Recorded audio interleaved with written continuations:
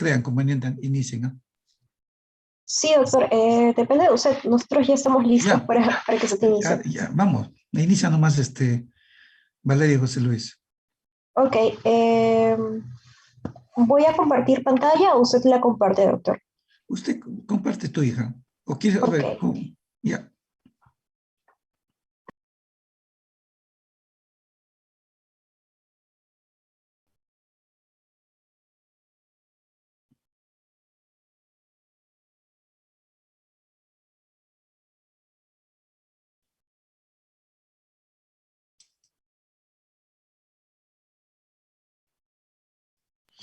¿pueden observar mi pantalla? Sí, sí. Estoy bien, yo estoy bien acá. Muy bien. Ya.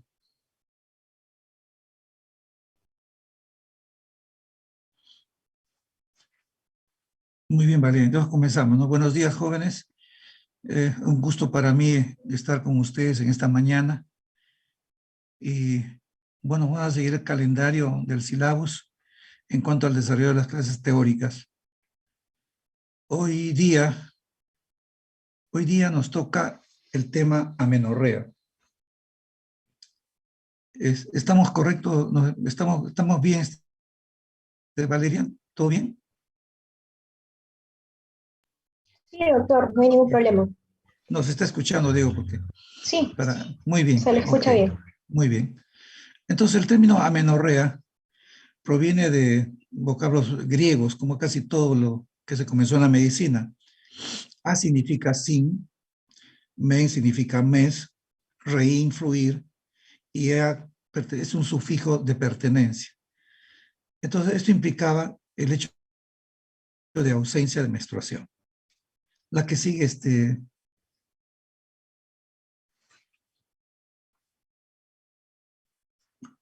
entonces, hace un tiempo ya se reunieron para fijar algunos conceptos básicos, porque había muchas diferencias a veces en conceptos y van a encontrar en la literatura o en los libros. Entonces, el primer concepto es lo que es una amenorrea primaria y lo que viene a ser una amenorrea secundaria.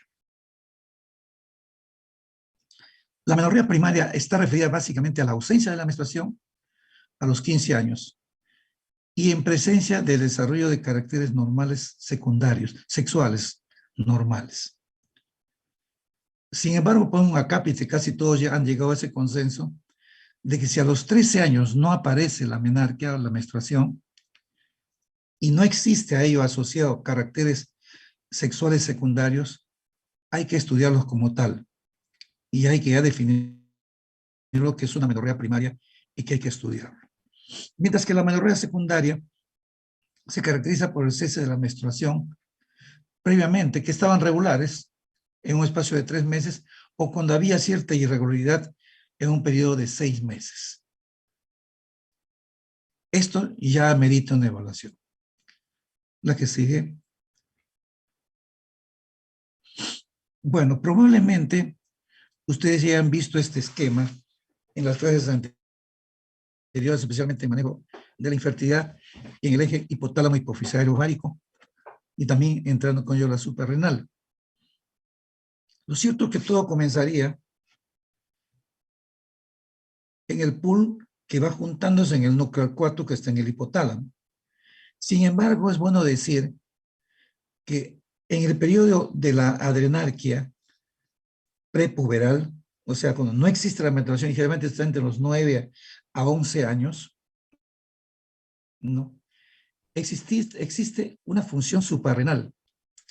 Una función suprarrenal que produce generalmente el sulfato de la dehidroandrosterona, dehidroepiandrosterona. Esta dehidroandrosterona que está, digamos, en esta parte del hipotálamo, ¿no? Comienza a estimular diferentes focos para estimular y comenzar a formar un pool en el hipotálamo y en el núcleo 4, ¿no? Desde acá se van a comenzar, acá existir un circuito corto entre corteza y el núcleo 4. Entonces, este circuito corto hace que poco a poco se vaya acumulando elementos que tengan que ver con la producción de estrógeno a través de la suprarrenal. Cuando llegue eso y aumenta su nivel, es que comienza a estimularse todo el sistema, hipotálamo, adenohipófisis, ovario, endometrio, y viene la menstruación, que sería la menarquia. Entonces, recordando lo que ustedes ya probablemente lo han visto, es que existe un eje que va desde el núcleo arcuato, que ya está ya posterior a la menarquia, que estimula para producir elementos liberadores de hormonas gonadotróficas. Entonces, el núcleo arcuato, a través de factores liberadores GnRH, CRH, crecimiento y tirotrópica, estimulan a la adenohipófisis para producir prolactina, FSH o LH. Básicamente, acá va a haber un estímulo directo casi hacia la mama y también el FSH y LH actúa sobre el ovario. Por supuesto, para formar las dos fases que corresponden al ciclo menstrual, los primeros 15 días, donde predomina el estriol, y la segunda fase, la progesterona. Durante este proceso hay un crecimiento del endometrio que alcanza más allá de 5 milímetros y posteriormente hay una descamación, hay un cierre, una especie de vasoespasmo para que se produzca la menstruación. Cuando existe alguna alteración en cualquiera de estos niveles,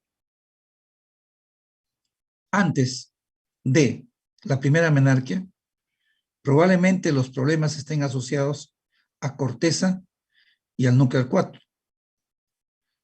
Cuando ya comienza la menstruación, probablemente los problemas estén asociados a la adenohipófisis. Y cuando ya sí existe el problema de la madurez sexual y la madurez de una dama, está en el ovario o puede estar en el endometrio. Todo esto podría explicar las diferentes entidades nosológicas que vamos a ver más adelante, que se pueden dar de acuerdo a las clasificaciones que van adaptando, que vamos adoptando. De tal manera que esto viene a ser un eje en la cual cualquier alteración que se produce en estos niveles pueden producir lo que llaman amenorrea. La que sigue, por favor.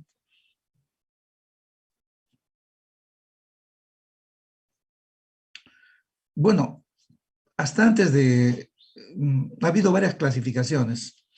Hay una clasificación por parte de la Organización Mundial de la Salud del año 74. Hay otra que es la clasificación compartimental de Sperov de 2006.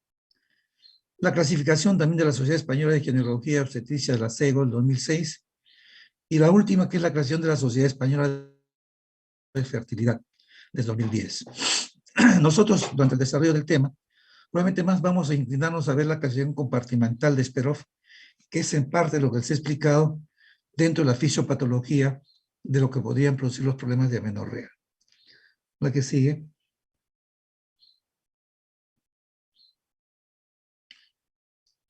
La Organización Mundial de la Salud dividió en 7 grupos. El grupo 1, que era el fallo hipotálamo hipofisiario. El grupo 2, que era una disfunción hipotálamo hipofisiario. El grupo 3, que era una falla gonadal. El grupo 4, que era una alteración del tracto genital. El 5, que era un problema de prolactinoma, de hipófisis. El grupo 6, una hiperprolactinemia funcional. Y el grupo 7, los tumores hipotálamo hipofisiarios no hiperprolactinémicos. Sin embargo, Sperov, que es uno de los que más ha estudiado la neuroendocrinología ginecológica, estableció que había 4 compartimentos que hay que estudiar en el manejo, digamos, del análisis para establecer las probables causas de amenorrea. Y él decía que en el compartimiento 1 había trastornos del canal genital o del útero. En el compartimiento 2 era trastornos del ovario. En el compartimiento 3, trastornos del hipófisis anterior. Y en el compartimiento 4, trastorno del sistema nervioso central, el hipotálamo. La que sigue, por favor. La otra clasificación que también lo van a encontrar es la clasificación de la SEGO, de la Sociedad Española, que más o menos hace una clasificación clínica, topográfica y endocrina. A final de cuentas, encierra lo mismo que las otras, solamente que desde diferentes enfoques. Y la clasificación, la última que se ha visto, es la clasificación de la CEF, de la Sociedad Española de Fertilidad. Acá hablan de una amenorrea central, hablan de una amenorrea gonadal y una amenorrea genital, ¿no? De hecho, esta se asocia a algo interesante que, por ejemplo, podría ser que cuando eso, una amenorrea central, que puede ser hipotalámica, puede ser de carácter orgánico, puede ser de carácter funcional. La hipofisiaria también puede ser de orgánica y funcional. Y los otros problemas de hiperprolactinemia. Y nos hace ver desde ahí ya la clasificación de la sociedad de infertilidad, es que generalmente la FSH y LH, cuando es amenorrea central, y váyanse grabando esto, cuando es amenorrea central, generalmente la FSH, LH y el estrógeno está disminuido. No hay producción. Cuando es una amenorrea gonadal, existe generalmente falla ovárica, generalmente la FSH y la LH están elevadas y los estrógenos están disminuidos. Son aquellas que van a tener algún problema con falla ovárica, ovario poliquístico y todo lo que vamos a ver. Y el síndrome de ovario poliquístico está dentro de las endocrinopatías, ellos lo clasifican dentro de las endocrinopatías. Sin embargo, cuando existe falla ovárica o existe alguna alteración a nivel ovárico, pueden encontrarse estos valores de FSH y LH y estrógeno que están, el estrógeno disminuido y la FSH y la LH aumentada. Y después iban de frente a la amenorrea genital, que puede ser uterina o vaginal. Y esto básicamente estaban asociados a que existe una producción normal de todos tienen una producción normal, pero existe alguna interferencia con la aparición de la menstruación. La que sigue, por favor. La que sigue. Entonces, las primeras, vamos a ir un poco por el nivel de Isperov. Hay problemas en cuanto al desarrollo de los elementos sexuales anatómicos. Por ejemplo, el himen imperforado, que pueden observarlo ustedes acá en la figura. Generalmente el himen o tiene huequitos acá que se llaman himen quilviforme o tienen una redondita acá, por lo cual permite que la sangre del proceso menstrual emerja a través de esta membrana. Cuando esta membrana no tiene los huequitos o no tiene puntitos, que son diferentes tipos de himenes, existe una colección previa. Hay menstruaciones. El eje está funcionando normalmente, pero lo que pasa es que como no existe la salida, se ve bloqueada por este sistema por donde debe salir, que es el sistema de drenaje. Y entonces se origina lo que se llama hematocolpes, hematometra, hematosalping o la criptoamenorrea.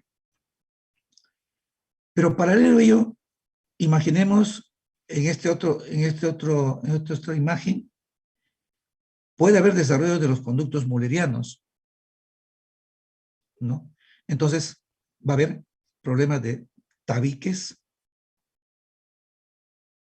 que están internos, en el tercio interno de la vagina, en el tercio medio y en el tercio externo, ¿no? Entonces, estos tabiques, que son alteraciones en el desarrollo del canal vaginal, impiden la salida de la sangre o del proceso menstrual. Y también puede darse una agenesia total. No existe canal vaginal. La que sigue, por favor.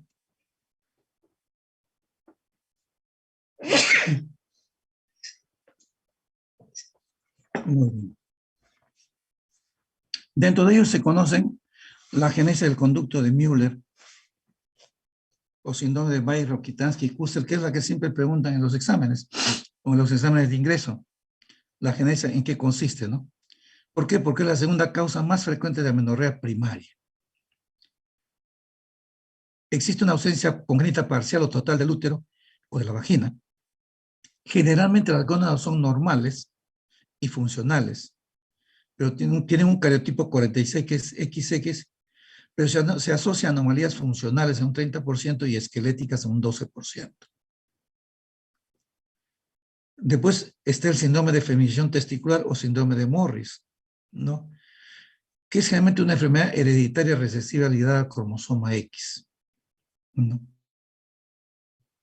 Pueden haber también otra serie de elementos básicos, como puede haber una agenesia cervical. No existe digamos, esta parte integral, porque es cuerpo y cuello, ¿no?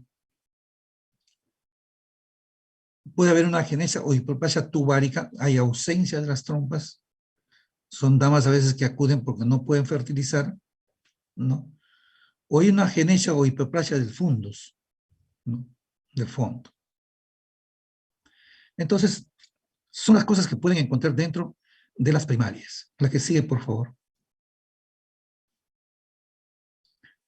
También existen problemas de alteración de los cromosomas, ¿no? El cariotipo 46X, que ya está fuera del problema funcional o anatómico, sino que tiene que ver con la genética. Esto se caracteriza porque tiene una producción de testosterona a nivel normal o superior al varón. Las gónadas, en vez de tener los labios mayores, que son rudimentarios, son testículos histológicamente bien formados que suelen estar parcialmente descendidos. Hay una insensibilidad a andrógenos por déficit de la formación de receptores celulares. La secreción del factor inhibidor mulleriano, el MIF, es responsable de la ausencia del útero y la vagina. Cuando se presentan estos casos, ya viendo un poco más el tratamiento, porque si no sería largo ver el tratamiento parte por parte al final, se debe practicar pues una gonadectomía, o sea, sacar esto porque puede estar asociado también a problemas posteriores neoplásicos. La que sigue, por favor.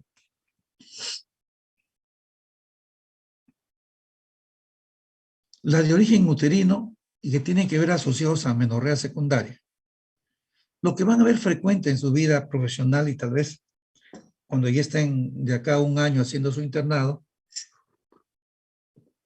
y cuando vayan al SERUM, es el síndrome de Asherman. Puesto que en nuestro país es un problema, el problema del aborto inducido o provocado, es frecuente encontrar después que vienen actualmente jóvenes, también personas adultas, que vienen por falta de menstruación, después que han tenido la menstruación. Y se van a encontrar con que existe, que ha habido un legrado. El legrado puede ser aspirativo o puede ser cruento, con curetas. Entonces, ¿qué cosa pasa? Que muchas veces, desgraciadamente, también esta actividad no lo hacen mucho los médicos, pero sí hasta sanitarios, obstetrices, se han dedicado a este proceso lucrativo, ¿no? Entonces, se exceden en limpiar, en sacar el endometrio y comienzan a hileran hasta el plano muscular. Entonces, al alegrar todo el plano muscular, destrozan todo el endometrio y se pega la pared anterior y la pared posterior del útero, produciéndose lo que se llama una senequia, ¿no? Y no hay menstruación. Y también se ha visto cuando hay algunas enfermedades como la tuberculosis genital y la esquistosomiasis. También las personas que son sometidas a problemas de quimioterapia o radioterapia pueden tener problemas de amenorrea secundario a problemas de destrucción del endometrio. No hay que olvidar, porque últimamente lo que se ha visto es que no saben ni siquiera hacer un legrado bien hecho. De tal manera que legran la cavidad endometrial y legran también el cuello. Por supuesto que si legran la pared anterior del cuello, que ese cuerpo esponjoso, generalmente se pega mucho más. Y muchas veces es muy difícil la reconstrucción porque al tratar de dilatar el cuello uterino, esto se rompe. Entonces, es importante también en estos procedimientos el conocimiento y la experiencia del operador. También hay estenosis cervical por alteraciones del desarrollo mulleriano. Pero lo más frecuente que hemos visto nosotros últimamente en los hospitales es que el síndrome de Asherman, de cuello y de endometrio, está secundario a abortos inducidos. No se veía con frecuencia. Antes en mi hospital veíamos tuberculosis. Y esquistosomiasis nunca lo he visto en estos 35 años de profesional. ¿No? La que sigue. Cuando hablamos de origen ovárico, es el tercer nivel según Esperoff, considera que el trastorno ovárico es la causa más frecuente de la amenorrea primaria, lo cual es cierto. Cuando hemos revisado un poco la fisiopatología, hemos visto que en cualquiera de esos niveles puede producirse. Desgraciadamente, si hay problemas de origen ovárico y no hay una buena producción de estrógeno o progesterona en sus fases, va a existir una disgenesia gonadal. Generalmente se dan en el desarrollo embrionario que impide la maduración completa del tejido gonadal, ¿no? Y puede ser pura cuando existe 46XX, también es pura cuando existe el síndrome de Swyer, de 46XX, o mixta. Generalmente van a encontrarse que son genitales internos femeninos o hipoplásicos y un hipogonadismo hipergonadotrófico más infertilidad. Pero va a existir la estructura genital. O sea, cuando existe este problema, hay que ver de qué manera se puede corregir este problema de insuficiencia hormonal. La que sigue, por favor. Lo que siempre van a escuchar es siempre el síndrome de Turner, ¿no? Que tiene origen ovárico. Se habla de que el 0.4 por 1000 niñas existe. El cariotipo es X0. No se olviden de esto. Hay un retraso del desarrollo puberal. Esto sí hemos visto y lo van a encontrar de todas maneras en su vida profesional. Realmente son damas de talla baja, tienen un crecimiento disminuido, un tórax en escudo y el pterygium coli. El infantilismo sexual existe porque son úteros hipotróficos y hay ausencia de gónadas y asociados a amenorrea. No se ve bien, creo que está bien acá en la imagen al costado, que son más o menos las características que están asociados a las entidades que estamos hablando, ¿no? Entonces, siempre, cuando vean esto, se pueden confundir solamente con un síndrome de Cushing, con un cuello corto y alado que es parecido, como un cuello de toro, ¿no? Entonces, tienen que ver esto cuando tengan que evaluar y hacer su examen clínico general. La que sigue, por favor. Esto es para ver la diferencia entre las disgenesias gonadales parciales y el síndrome de Swyer o disgenesia gonadal XY. El fenotipo en el Swyer es fenotipo femenino infantil. Son como les podría decir, había una serie en la televisión que hablaban, no me acuerdo, como niño goíto, por decir, ¿no? Un fenotipo femenino infantil, no presentan pubertad ni menarquia, hay ausencia de desarrollos caracteres sexuales secundarios, hay presencia de úteros y gónadas rudimentarias, con tendencia a la transformación tumoral, que es lo que le decía al inicio, y debe hacerse una ganotomía porque puede estar asociado a trastornos malignos. Mientras que las disgenesias gonadales parciales, los problemas son estructurales del cromosoma X. Entonces existe un 46XX o un 46X con 46XY. La última es rarísima. Y yo no he visto, ni cuando estudié mi rotación de endocrinología, ¿no?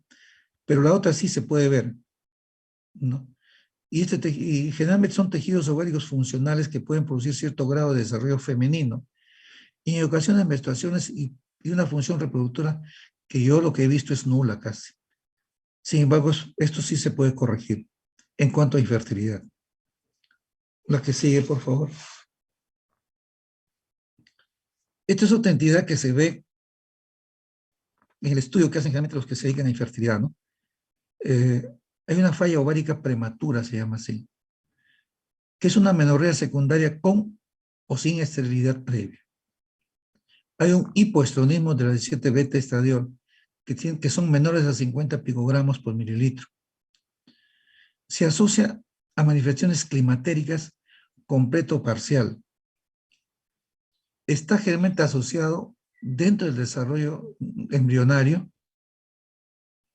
al número de folículos que deben hacer una dama, ¿no? Tiene folículos primordiales muy reducidos y por eso es que rápidamente pueden alcanzar su maduración estos y entrar a un climaterio, como un climaterio precoz, ¿no? Aparentemente esto tiene una base autoinmune, que es posiblemente heredo familiar. No está establecido, pero posiblemente esta falla ovárica prematura se ha encontrado en algunas familias, ¿no? La que sigue, por favor. La menopausia precoz verdadera es algo parecido a la anterior. Lo que pasa es que los ovarios no presentan folículos ni primordiales ni en diferentes estadios madurativos. La causa puede ser una destrucción folicular iatrógena. Puede ser porque ha habido radioterapia, quimioterapia, o porque existió un problema viral. A la fecha no se sabe si, por ejemplo, el caso que vivimos actualmente podía afectar, ¿no? Pero existe posibilidades, posiblemente más adelante salgan nuevos estudios respecto a lo que estamos viviendo en la pandemia. Los problemas virales si tienen afectación sobre todo el órgano, porque hay una diseminación general. No sé qué será en el futuro, si podrá existir alguna alteración viral a nivel ovárico por causa de esta pandemia. Después vienen las disgenesias gonadales parciales, cariotipo 45X0, mosaicismo 45X0, 46XI, el cariotipo 47XX, la deleción del cromosoma 10 y el cromosoma X en anillo. Todas estas son problemas de carácter cromosómico que felizmente no tienen mucha incidencia y prevalencia. Cuando se da el problema es serio. La que sigue, por favor. Esto es interesante porque sí se ve cuando hacen infertilidad, la oforitis autoinmune. Generalmente representa el 30-50% de las causas de falla ovárica prematura con cariotipo normal. Todo es normal. Sin embargo, cuando uno quiere estimular el ovario, no hay respuesta. Los folículos en desarrollo cuerpos lúteos están atrésicos y rodeados de infiltrados linfoides, cuando se hace el estudio de la biopsia o el estudio en un Excel que sea del ovario. Y se detectan anticuerpos antiováricos.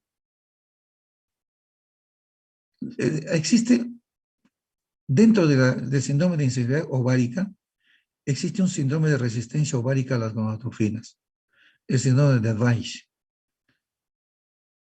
¿Qué cosa pasa ahí? Que los folículos primordiales en los ovarios aparentemente normales en número y existe ausencia de folículos en desarrollo.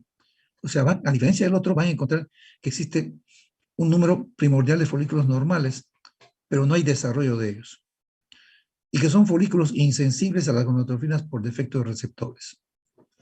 Entonces, esto es lo que llaman los que estudian infertilidad falla de receptores.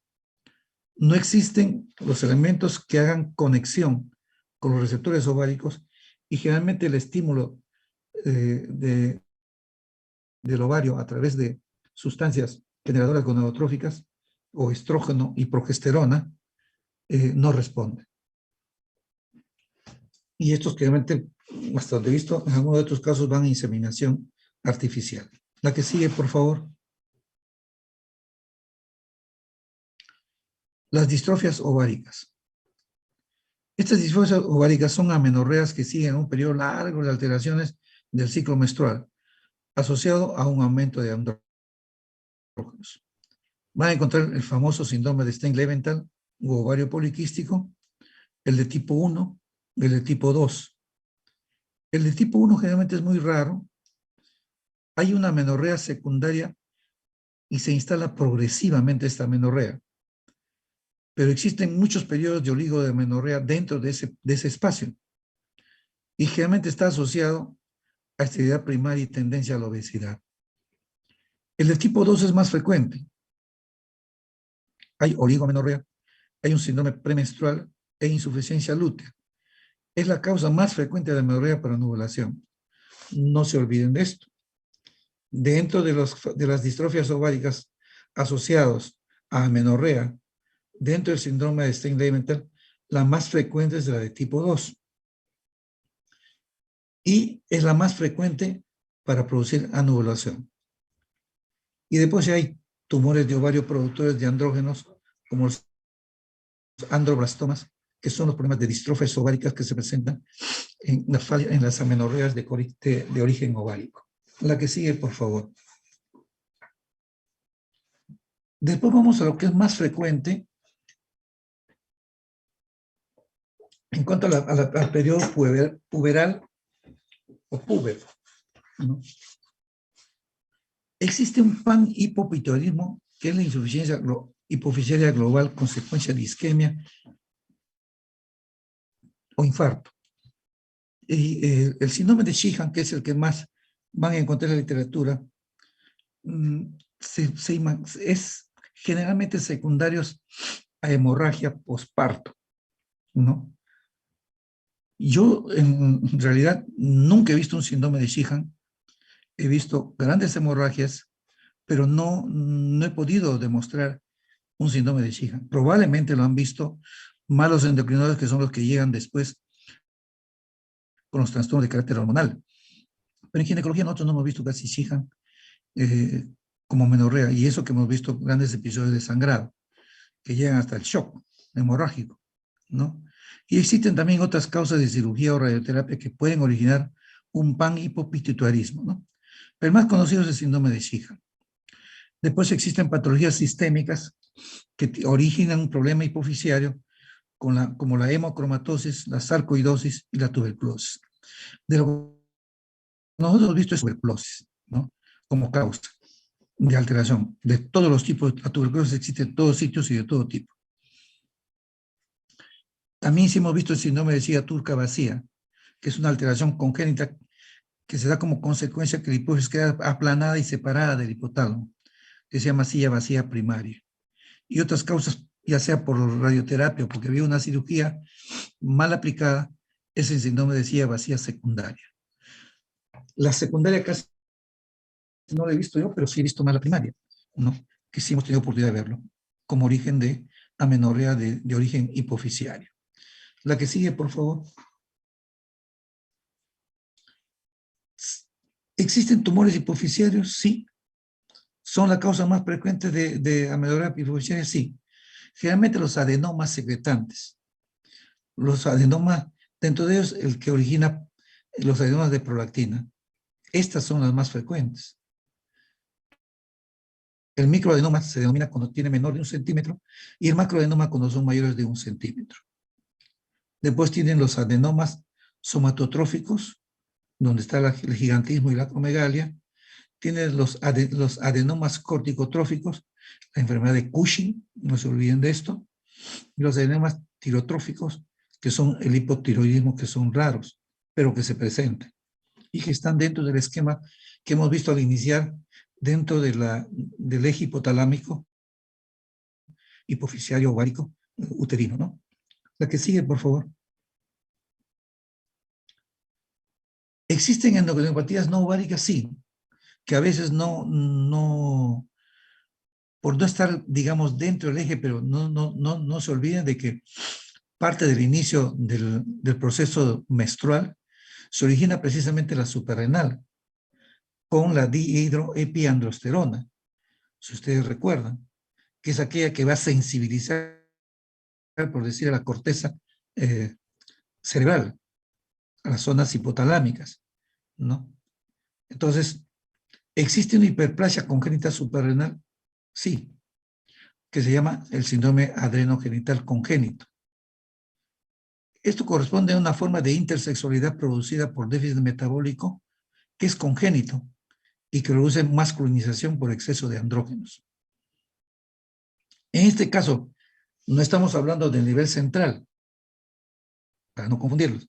Solamente he hecho una referencia que la suprarrenal es quizá la que primero activa a la corteza cerebral para que se inicie el proceso del ciclo menstrual, ¿no? Sin embargo, cuando existe una alteración de la función suprarrenal por hiperplasia, generalmente hay déficit de 21-hidroxilasa, con o sin pérdida de sal, y se produce hirsutismo, infertilidad, alteraciones menstruales y baja estatura. Y el déficit de la 17-alfa-hidroxilasa, de la 11-beta-hidroxilasa y la 3-beta-deshidrogenasa. Particularmente la que hemos visto más es el síndrome adrenogenital congénito. Las otras No, la 17 alfa hidroxilasa, 11 beta, pero esto no descarta que los endocrinólogos lo hayan visto y que lo manejen más que nosotros los ginecólogos. La que sigue, por favor.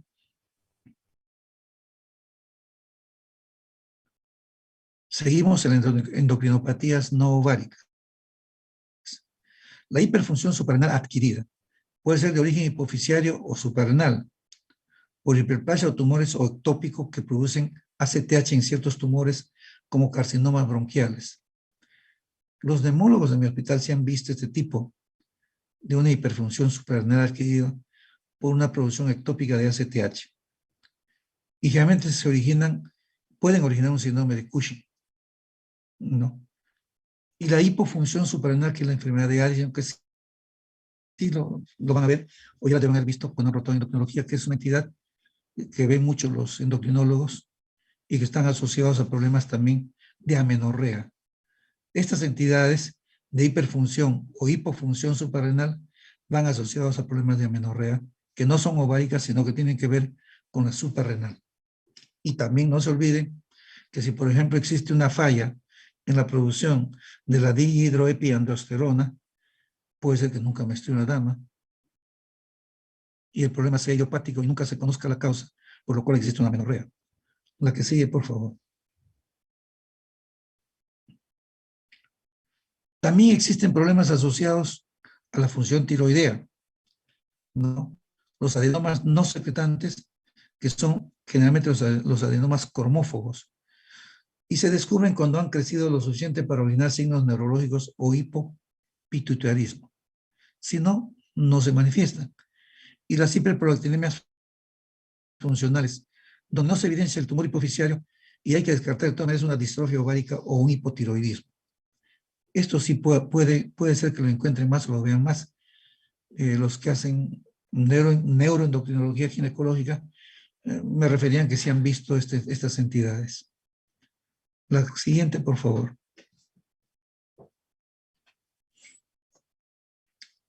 Vienen las de origen hipotalámico o suprahipotalámico, ¿no? Que es lo que llaman los circuitos cortos, subhipotalámico, hipotalámico, que todavía no está muy bien estudiado. Y se aprecia pérdida menstrual después de la estimulación con estrógenos y gestágenos. Hay una pérdida de la secreción pulsátil de GnRH por debajo de valores normales. Generalmente están implicados con opiáceos endógenos, adrenalinas o sistema adrenérgico y esteroides. Con mucho tiempo y el estrés que vive el mundo, se ha abusado mucho de sustancias para dormir, que son elementos que hacen feedback negativo a nivel central y que se pueden alterar las liberaciones o las estimulaciones para la producción de estrógenos, generalmente más frecuente para GnRH, ¿no? Para hormonas liberadoras gonadotróficos. Entonces, dentro de ellos están, y también el estrés, dentro de ellos están los opiáceos endógenos. Las causas que se producen por esto son una patología orgánica local. Parecería ser que hay malformaciones arteriovenosas a nivel de la corteza que alteran el pool normal de liberación de estimuladores de hormonas liberadoras gonadotróficas, ¿no? Y se ha hablado también que los aneurismas producen esa alteración. Ya les decía que las patologías iatrogénicas es el uso de fármacos anticonceptivos también, ¿no? Dentro de ellos antes el metildopa originaba muchos problemas de hiperprolactinemia y que alteraban un poco el pool de la liberación de gonadotrofinas hipoficiarias y también liberadoras, ¿no? Y lo que se ha visto más últimamente, que están asociados a nivel de corteza, son las anomalías ponderales importantes como la obesidad, el adelgazamiento, la anorexia nerviosa y la menorrea por deportistas, en los deportistas. Esto es interesante porque, al menos a donde hemos visto nosotros, la menorrea en las deportistas, cuando hacen desde el inicio la idea de hacer atletas de alta competencia o deportistas de alta competitividad, generalmente se altera mucho la liberación de hormonas gonadotróficas, que generalmente desaparecen cuando dejan de hacerlo, y no existe la presión tan intensa para hacerlo. La que sigue, por favor.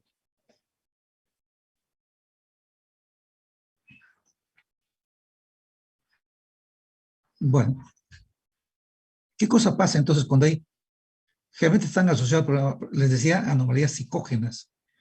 Entonces, el organismo que han visto en la primera lámina, en el primer diagrama, la van a ver como opiáceos o endógenos, que están a un costado y que son responsables de la negatividad en cuanto son factores frenadores de la liberación de RCH, por ejemplo, ¿no?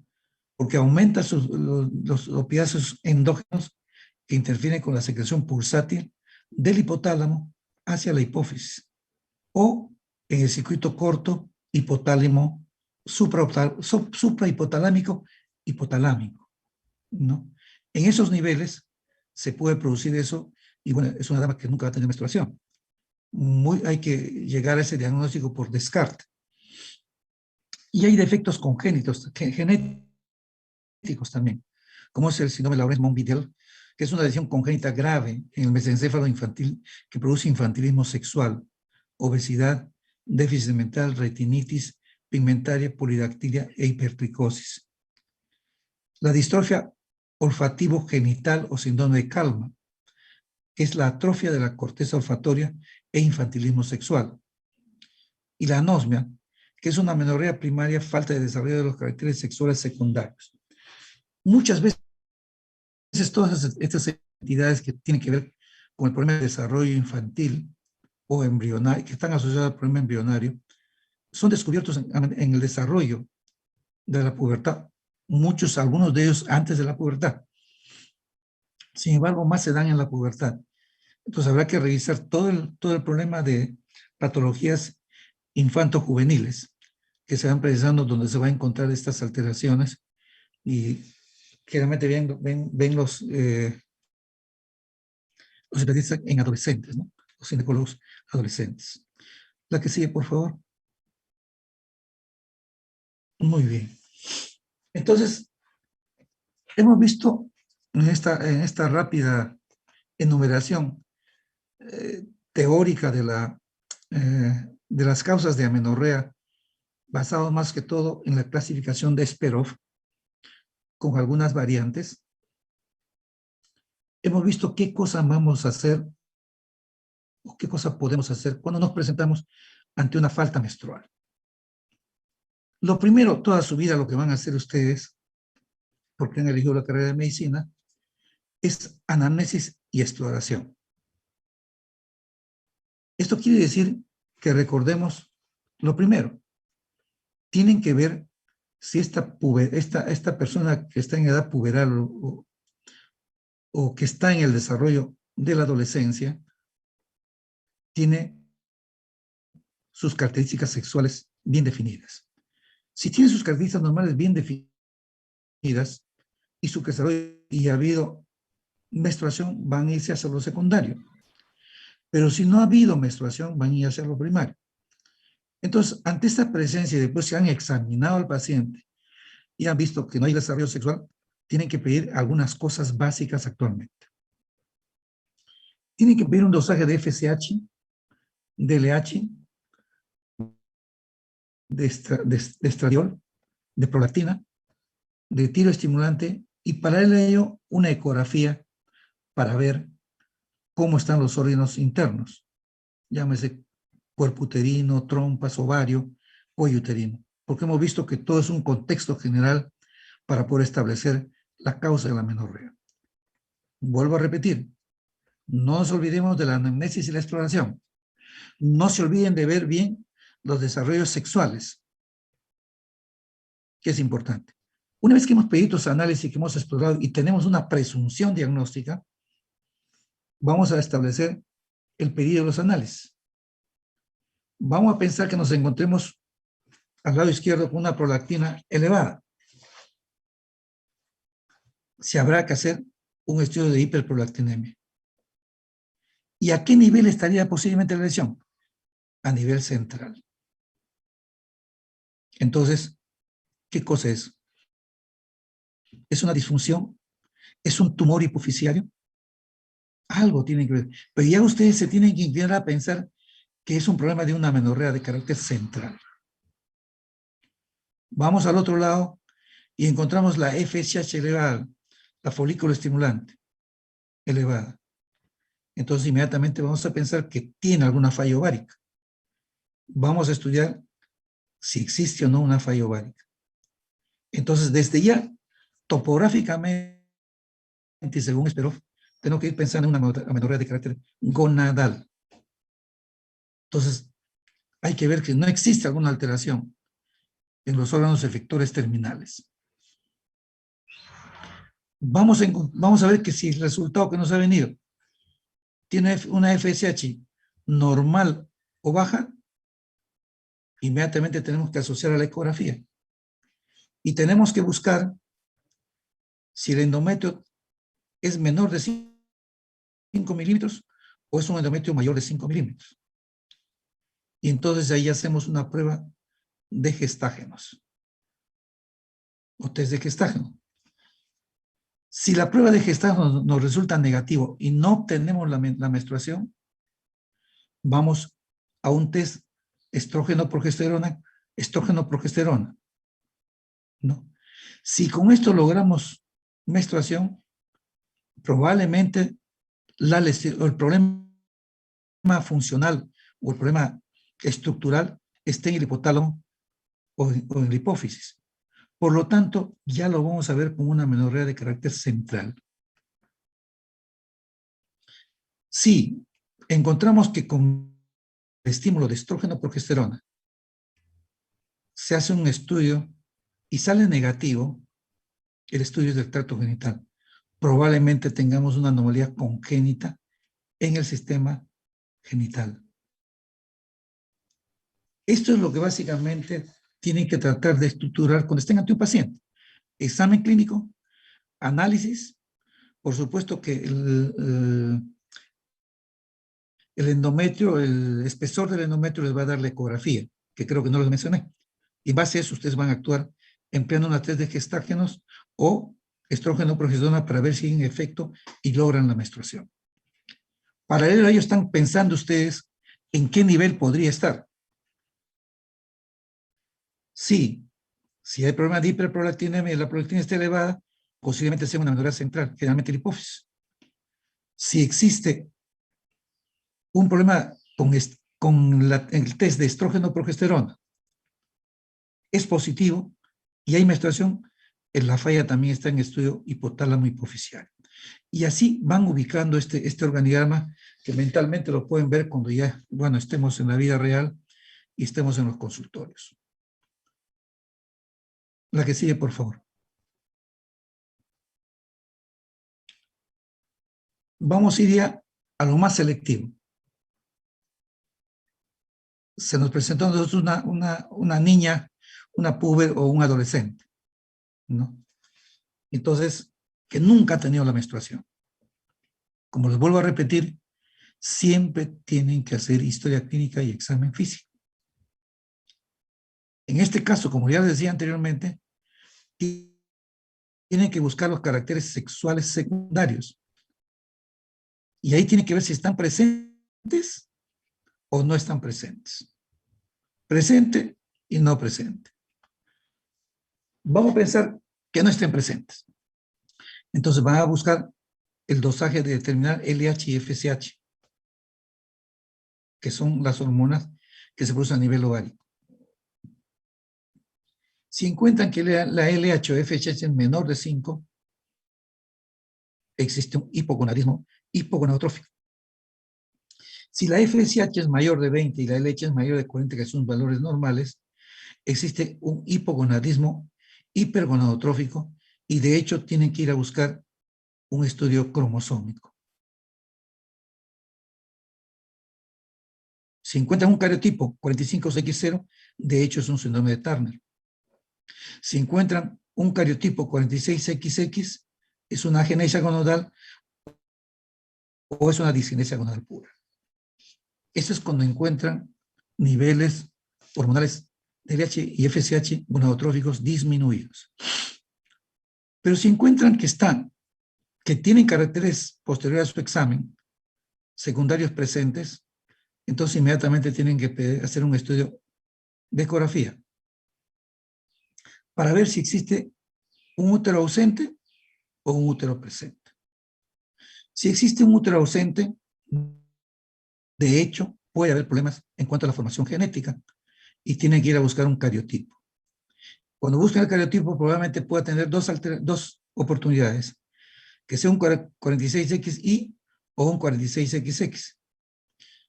Si es un 46XY, es una insensibilidad o a los andrógenos. Si existe un 46XX, hay una agenesia mulleriana. Hay que buscar alguna alteración genética.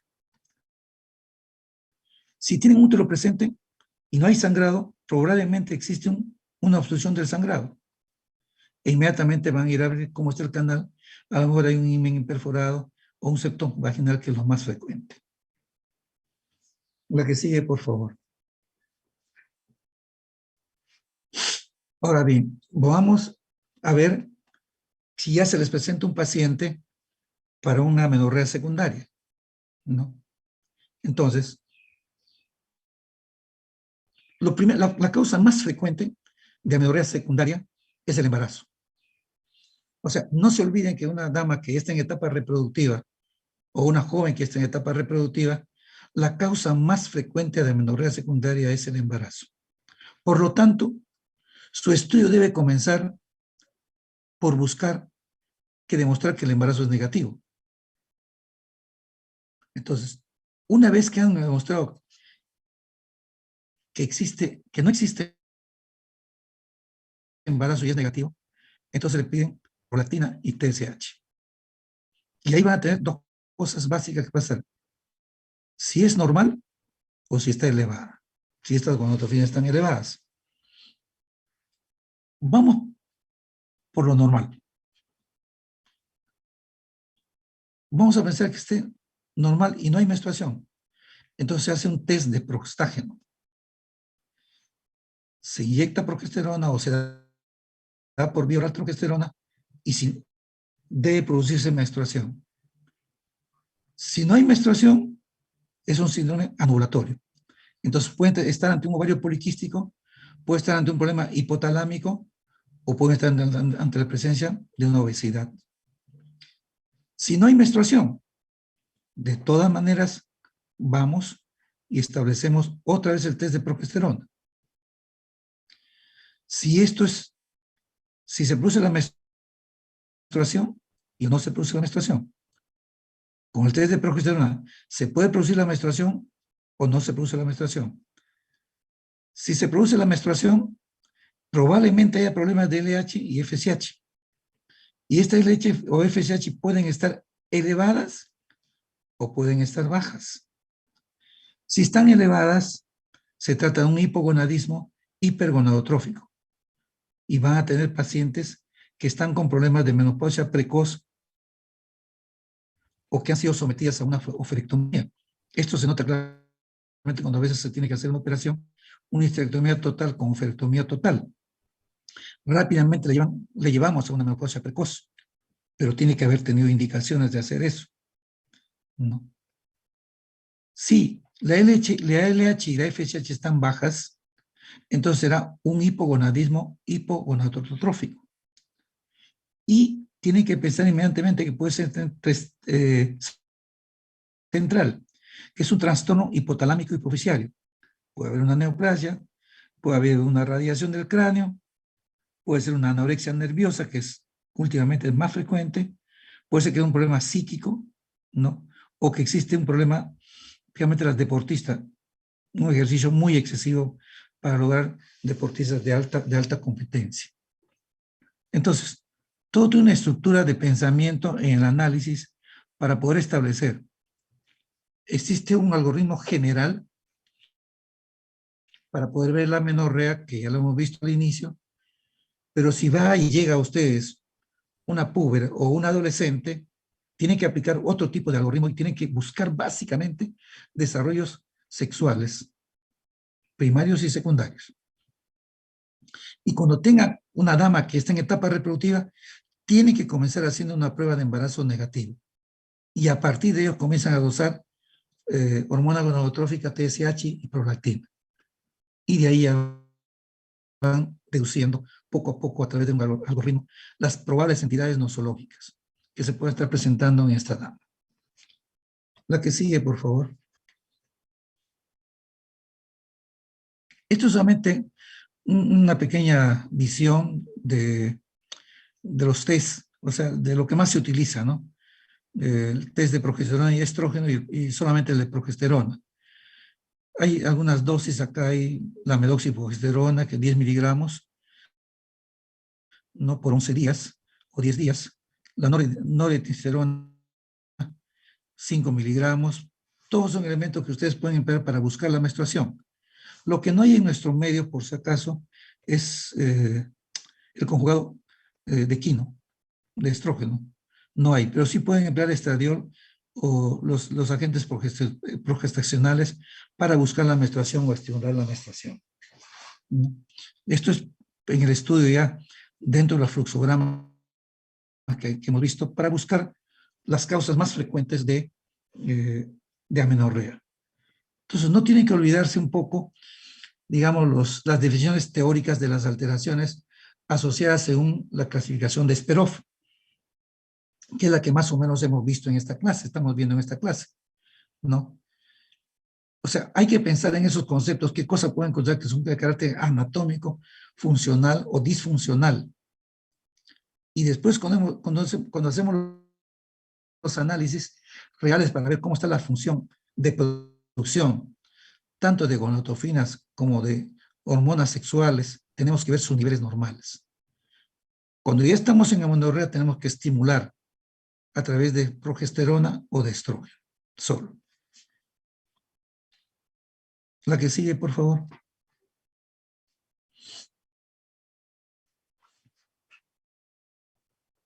Bueno, son cosas,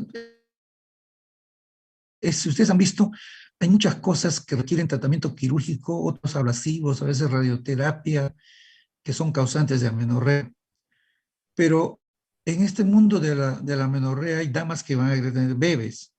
Entonces, cuando existe este problema de amenorrea, y hay pacientes que al estudiar sigue teniendo falla en la ovulación, tenemos que emplear fármacos desencadenantes de la ovulación, que generalmente son el citrato de clomifeno y gonadotrofinas. En pacientes que no desean el embarazo, pueden emplear gestágenos, que generalmente es el medoxiprogesterona a dosis de 10 miligramos por día durante 10 días en la mitad del ciclo para evitar el riesgo de hiperplasia o carcinoma de endometrio.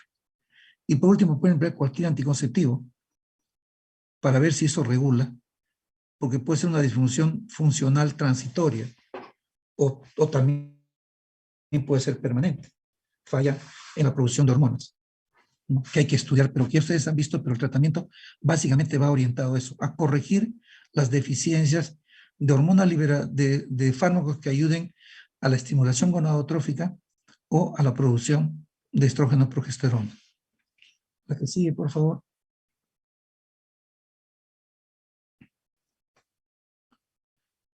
Cuando vean que es un problema que no tiene solución y que existe una falla de una disginesia gonadal, de una fibrilación testicular o algunas insuficiencias hipoficiales e hipotalámicos que son de origen y que no tienen solución, son problemas de corteza, ¿no? Entonces, lo único que tienen que hacer es dar una terapia de sustitución con estrógeno progesterona tratando de remediar el ciclo hormonal. Posiblemente su calidad de vida va a mejorar, pero probablemente y puede darse también el proceso menstrual. No siempre es así, pero se puede dar y pueden lograr una mejoría en calidad de vida y menstrual. Un poquito raro ya para fecundar. Una droga que hace poco se empleaba mucho, la bromocriptina, en casos de amenorrea asociados a galactorrea, con excelentes resultados. Es lo que van a encontrar más en los hospitales, porque la última, que es la cabergolina, es más cara, se emplea, es excelente también, pero rápidamente para el tipo de pacientes en salud que van a ver, siempre van a encontrar bromocriptina. Por eso que le he puesto ahí y no le he agregado la cabergolina, que es más cara, y realmente son dosis de 0.5 por semana y muy buen resultado para los casos de galactorrea, ¿no? O de hiperprolactinemia. Y después van a tener tumores secretores de prolactina, en la cual, bueno, se hace microcirugía o se emplea tratamiento médico. Muchos tumores hipofisiarios, productores de que originan hiperprolactinemia, ceden muy bien al tratamiento. El que mejor da resultado, pero como les digo, mucho más caro, es la cabergolina, ¿no? Que sí pueden emplearlo también. La que sigue, por favor. Muy bien, esto es la bibliografía que van a encontrar de todas maneras. Y bueno, decirles gracias y lo que usted diga, señores coordinadores de la exposición. Estoy a disposición de ustedes. Muchas gracias, doctor. No sé si alguno de los chicos tendrá alguna pregunta para hacerle al doctor. Sí, yo tengo una pregunta. ¿Qué tal, doctor? Buenos días. Buenos días, Nicole. Sí, yo tenía una pregunta. Yo tenía entendido que el síndrome de Morris estaba relacionado a una resistencia androgénica. No sé si eso está bien o de Sí, repente yo me he confundido. sí. Tal vez no me expresé bien. Sí, es correcto lo que dices. Ya, ok, gracias.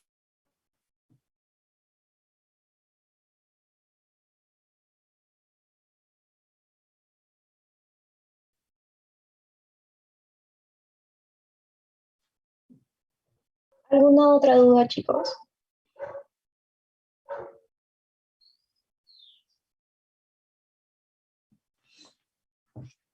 Yo lo que Valeria, lo que les recomendaría es que vean más los flujogramas. Es un tema un poquito árido. A veces no se explica es más difícil exponer, pero si agarran los flujogramas y a través de ellos van a la clasificación de Esperov, les va a ser más fácil establecer diagnósticos y el pedido de las hormonas que sean necesarias. Posiblemente las misceláneas, que son las que hemos nombrado como los problemas asociados a cariotipos, no lo van a ver como médicos generales. Pero ellos van a tener una cultura general médica, ¿no?